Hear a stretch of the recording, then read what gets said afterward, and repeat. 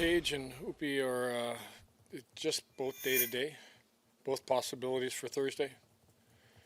Mattias is longer. It'll be weeks for him.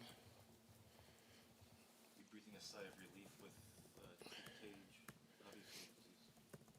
Yeah, for sure. He was evaluated, and they just feel it's a day-to-day thing. So the best thing we could do today is give him the day off. Mattias got tied up in that scrum, and he just got to feel sick about the fluky nature of it, I assume. For sure. I mean, the severity of it is pretty strong.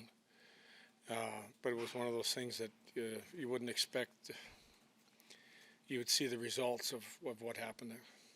We don't know Mattias terribly well, but injuries have been an issue throughout his career. How do you feel for a guy that's gone through a lot of this already?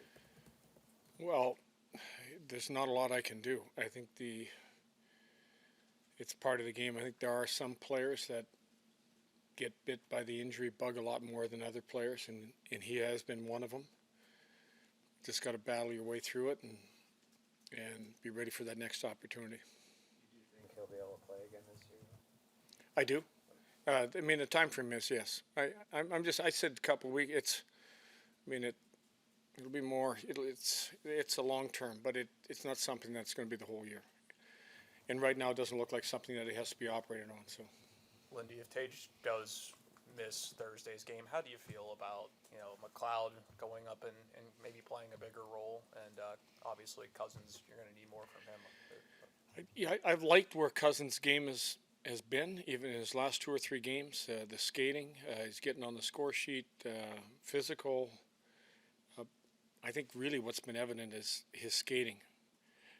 So I think we've seen the power of our team when we get contributions from everybody, all 4 lines. And we'll need that line to be a strong line for us. Every team has to deal with key personnel that end up out of the lineup. So if he is out, we need the other personnel to step up and come up with a big game for us. When Tage is on his game like he has been this season, especially the last week or two, just what's he doing?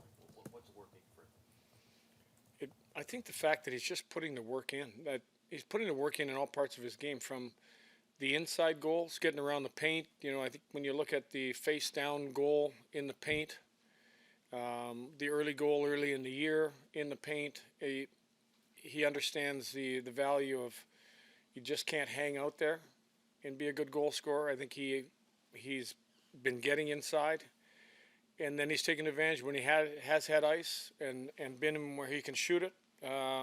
He's blown some right by the goaltender. So every part of his game is a level that I think has been surrounded by work.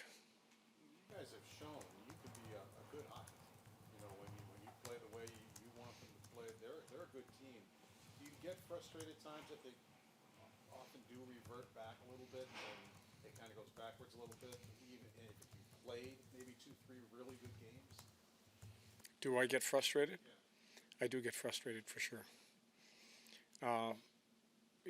We've talked hard about consistent hockey. I think we've won 3 of our last 4, and we should have at least got points out of this last game.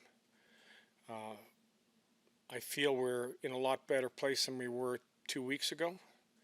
I thought last game was a step back. We've got to become a team that doesn't lose 2 games in a row. Stop it at 1. That's when you can really start putting things together. So that's our test. Stop it at 1. Let's win the next game and get going the other direction again. What do you do to get your shot volume up? You've only had 37 combined in the last 2 games. Were you in on our meeting this morning? That was a big focus. And I think sometimes you have a little more time in the offensive zone, you pass up too many opportunities. I would reference the Benson goal early in the game here at home, where we got a shot through, it bounces off something. We refused to shoot the puck last game, and it is an issue, and it's something that we dealt with this morning. We talked about again, that to get off to a good start in the game, to be consistent in the game, to reward the guys that are going to the net, you got to put the puck there. And there was probably in the first 10 minutes 7 or 8 times that we did not funnel the puck or get the puck on net or take an attempt at it. And as a group, we know that won't cut it. We've got to get back to, you got a lane, you can get it there. Reward the guy that's getting to net front. Reward that guy that took his turn to get around the front of the net. And we've been getting rewarded for it. So that's part of some part of the frustration that, we dealt with this morning. Have you guys decided yet if you're going to bring another defenseman up from Rochester to fill Mattias' spot? We have not. We have not. I mean, we've got 7 here, so right now I would say no. What about Devin? I mean, he comes in, can't blame him for either goal. I mean, he was totally screened out one. The other one, they're just, passing the puck back and forth. He didn't get his first single 15 minutes in. Do you worry about him mentally at all? No, not at all. The kid has got such a great head and shoulders. I think you've described what happened. The first one, there's nothing he can do. The second one, a really tough bounce off the end wall. When he's playing it off the short side and it comes out the other side, he makes a desperation to get over there. And that puck gets through and goes to the other side. That's not on him. I'm not worried about him because his work ethic and what he does in practice is something that can keep him ready without playing. I've been around a lot of goalies that how hard he works is like second to none.